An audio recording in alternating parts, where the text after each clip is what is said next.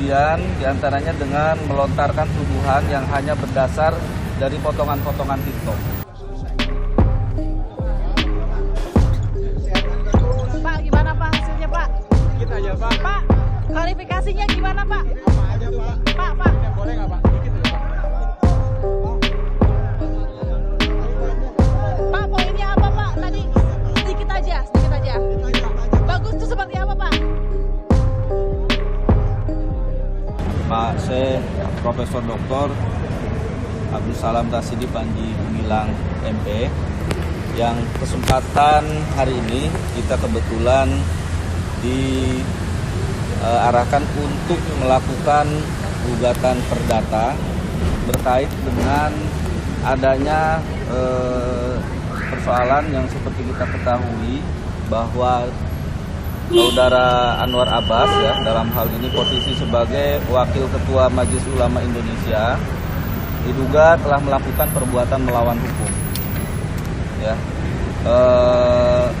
Kemudian diantaranya dengan melontarkan tuduhan yang hanya berdasar dari potongan-potongan TikTok atau ungkapan-ungkapan yang dipotong-potong di media sosial. Kemudian ungkapan-ungkapan tersebut belum ditabayunkan kepada pihak klien kami. Selanjutnya dia statementkan di media, yaitu diantaranya tentang yang menerangkan bahwa Syekh Panji ini adalah komunis. Ya, sebetulnya kita ketahui bahwa klien kami ini adalah seorang tokoh agama, seorang pimpinan pondok pesantren Al-Zaitun yang tentunya merasa dijustifikasi dan disudutkan atau dihina karena tuduhan-tuduhan Saudara Anwar Abbas tersebut. Ya, tentunya hal ini kita sikapi secara elegan karena Syekh Panji ini ketika mengatakan saya komunis tersebut bukan sebuah pengakuan dirinya komunis. Ya, beliau menyampaikan bahwa saat itu beliau sedang memberikan pembekalan kepada santri-santri yang akan belajar di masyarakat atau melepas santri-santri ke masyarakat. Kemudian dia menceritakan tentang adanya kerjasama pondok pesantren Al-Zaitun dengan pihak perusahaan China. Kemudian dari pihak perusahaan mengutus seorang direktur yang masih muda. Kemudian dia ditanya tentang asal-usul dan sebagainya, dan kemudian dia menanyakan tentang hal agama.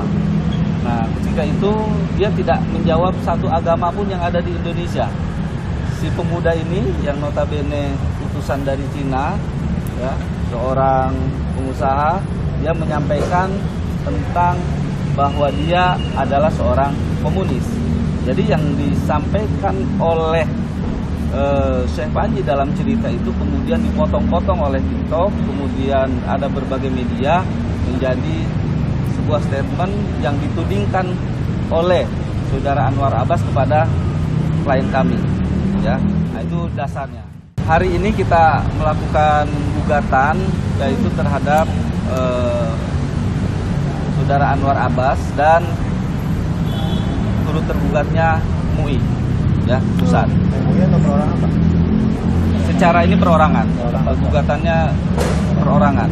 Kemudian dan lembaganya turut tergugat, ya, dan lembaganya turut tergugat. Kemudian kita gugatkan kerugian material yang dirasakan kerugian material oleh klien kami, yaitu kita masukkan dalam petitumnya itu senilai Rp1. Ya, jadi kerugian yang diderita secara material oleh klien kami senilai Rp1.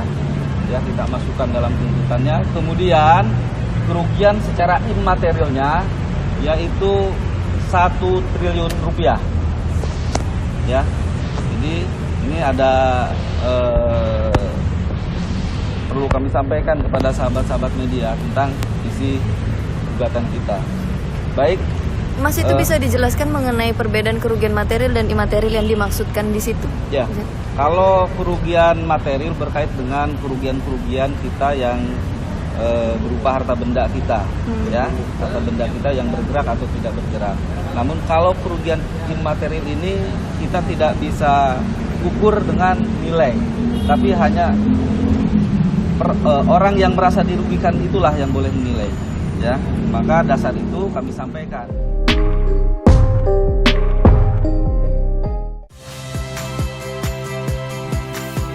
Saya Iriana Mardanus. Saksikan program-program Kompas TV melalui siaran digital, pay TV, atau media streaming lainnya. Kompas TV, independen, terpercaya.